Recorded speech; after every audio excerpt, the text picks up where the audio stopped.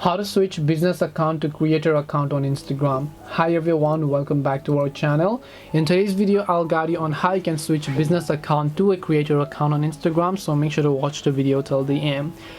Business account and creator account both are professional accounts. So under professional accounts come your business and creator account. Under personal account comes your private and personal account. And if you are in a professional account which is in a business account and now you want to switch to a creator account, it is very simple to do so. All you have to do is just launch the Instagram application, then come to the profile page. You can tell I have a professional business account here.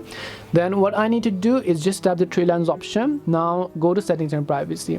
Now this might be the new interface because Instagram has changed it a little bit. If you get this type of interface, then right over here you'll be able to see for professionals, business tools and controls. Tap on it. When you go to business tools and controls, here you'll find switch account type. Tap on it, and then here you can switch to creator account. Because currently I'm on business account, so you're seeing two options to switch to personal or creator. If I was on creator account, you would see switch to personal or switch to business, and if I was on personal account, then you would see switch to creator or switch to business. So all you have to do is simply tap on the switch to creator account option here.